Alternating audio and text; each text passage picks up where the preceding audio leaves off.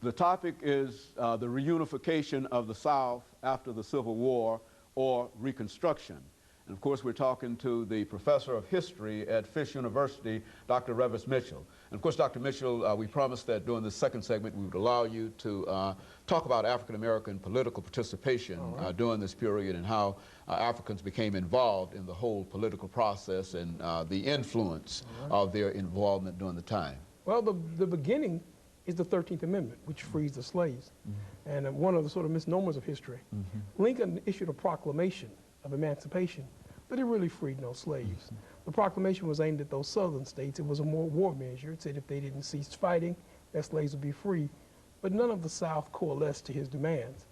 So slavery continued to the end of the war. It was an act of Congress, the 13th Amendment, which freed the slaves. Again, it's the radical Republicans. And as wonderful an act as freeing the slaves was, it was also a way of saying to the South that these people who you've held, these people who much of your economy is based upon, and slavery was an economic activity, are now free.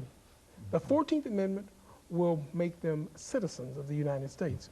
And then amendments follow, the 15th and whatever, and they're given the vote. Again, as wonderful as the act was, as marvelous as it was, it's also a continuation of that struggle between the North and the South. Suddenly, this Congress, still seen as Northern because the Southern states have been reconstructed, goes in and provides the vote. It puts together a whole new electorate in the South, a large population, which for a brief period of time, the late 1860s, will control the Southern vote.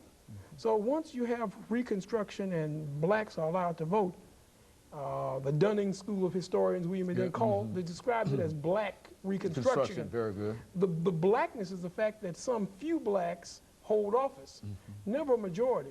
One interesting political point, though, once black people have the vote, once those former slaves and many of those free blacks who were never slaves have the vote, they aren't terribly punitive. We don't find during black Reconstruction blacks demanding any punishment of the South. The federal Congress would disenfranchise those Confederate leaders who were wealthy, those who were leaders in the Southern governments. They would be imprisoned. But it wasn't acts of black legislatures. It would, in fact, throughout the South, during black Reconstruction, you really find a time when black members of state legislatures, black members of city councils and all, will reestablish and rebuild the South. In Tennessee, for example, the Tennessee legislature, once blacks are a member of it, Samuel McElwee will propose public education. You had never had public education in the South prior to the Civil War. It's during black Reconstruction. Public education for all groups in the South. Certainly this meant for the former slaves a chance, the greatest chance for education. When blacks vote at national elections, they will send 2 senators.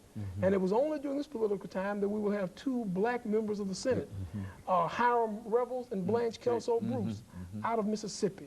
And again, they put forth very progressive legislation. It's under Kelso Bruce that we see the establishment of public education and public colleges in Mississippi. The University of Mississippi is strengthened, but there's also the creation of Alcorn, AME. There's also the creation of colleges for African Americans. We see schools and hospitals. So during this period, even though there's chaos, we find valuable assistance by African Americans to the American dream.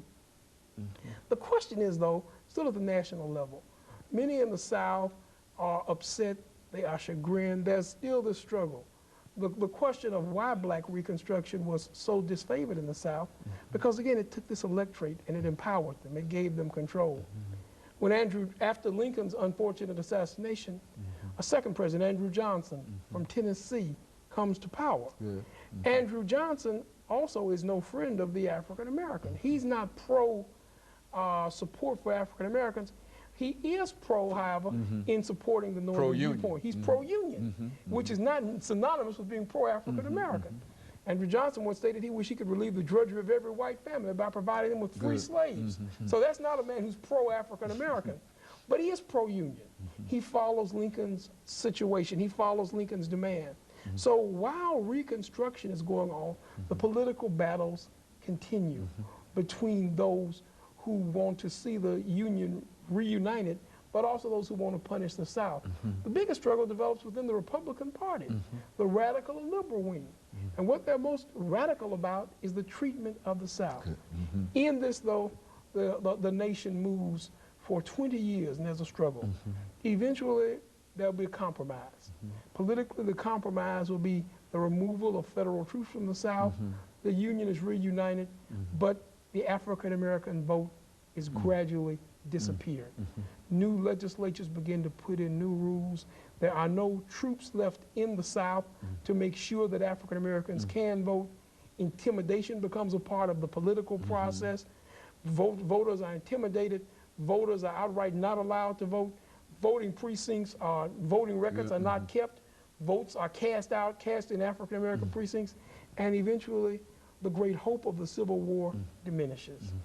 And so when you talk about the military rule of the South, explain that, because I think what you're saying here is that for a time, after the war, that the military, the national military, That's right, actually controls and rules. Talk about they this. occupied the South. Now, what are you saying here there? in Tennessee, the general in charge was Clinton B. Fisk. Consequently, when a school is open, it's named after a general. But they occupy the South. They treat it as conquered territory.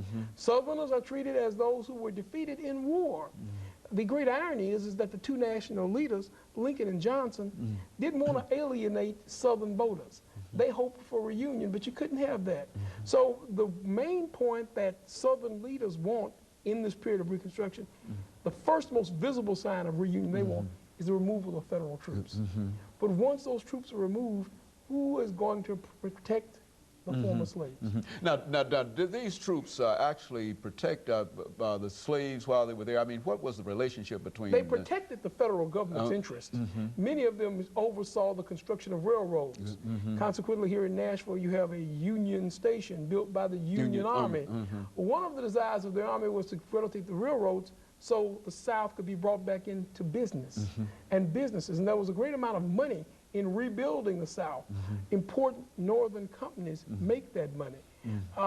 And actually, some scholars point out that the African Americans compromised by the rebuilding of the South.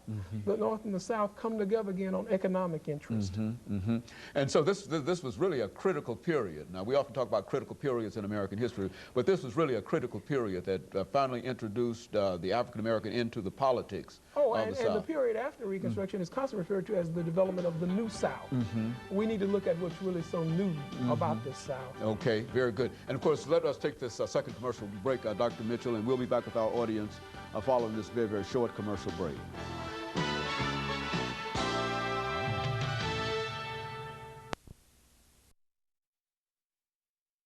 The topic is the regional